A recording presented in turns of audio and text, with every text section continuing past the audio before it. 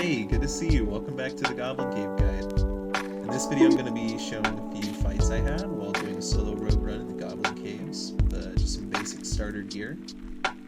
For these types of videos, I plan on just cutting through the mob fights, just kind of showing the initial hit, and then whenever I loot, I think it's more important to get to the actual fights like this one that we're approaching.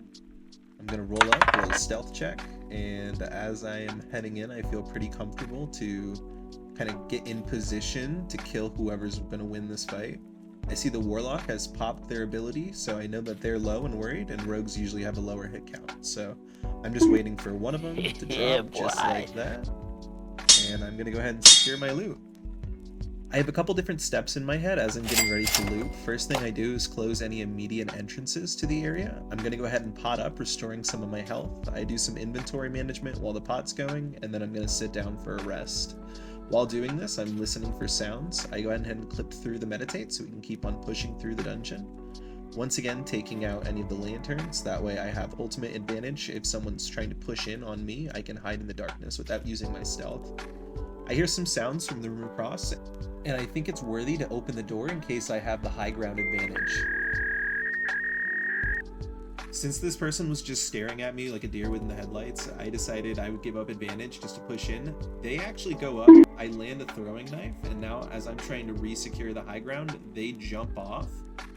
I get a little greedy here, thinking that maybe they'll run away, so instead I'm now using the storm as a barrier for them not to push. I realize I'm not going to catch up to them at my current speed, so I put away my weapons, but then they turn in on my space, causing me to defend myself. I'm trying to back up to the door, and I get greedy once again, thinking that I could have closed the door before they get in on me, but luckily I was able to kind of finish out with that last shot, and here I am porting, listening to some sounds. Once again, turning my lights off, healing before I rest, and now I'm listening. During this rest, I actually was hearing someone in the center chamber running towards the door, so my immediate idea was to find a good spot near the door opening, hide, and wait for that final hit on them. The rest of this footage is actually a horror game. I think I've made probably 5 or 6 misplays in the course of trying to get out of this dungeon, and the first one is letting those beetles get near me. I'm literally one hit at this point, and even if I take a rest, it's not really going to help me against any other people or goblins in the dungeon, so I just decided to roll with the low health, and I'm just going to essentially try to run up to the next stage. In the Goblin Dungeon, there is always an immediate exit that opens between the 2 and 4 minute mark. It's immediately to the right here.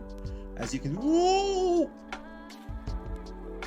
So in real time, during this recording, I was actually freaking out to a very bad extent, and you can see the misplays starting to pile up there. I drank the Invis Potion, which would have taken the aggro off of me and kept me near the gate, and instead I moved because I was so panicked.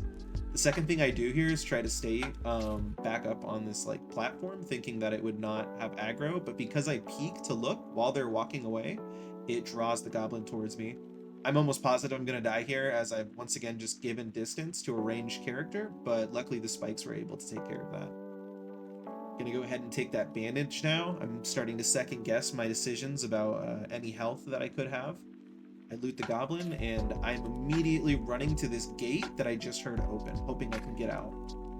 And then, unluckily, I smack my big-ass forehead on the top of that bar. But no, seriously, hopefully this was helpful, just as an example of a couple things you can do to overcome the gear gap when you're first starting out. Just be tactful with what you do, and good luck in the dungeon.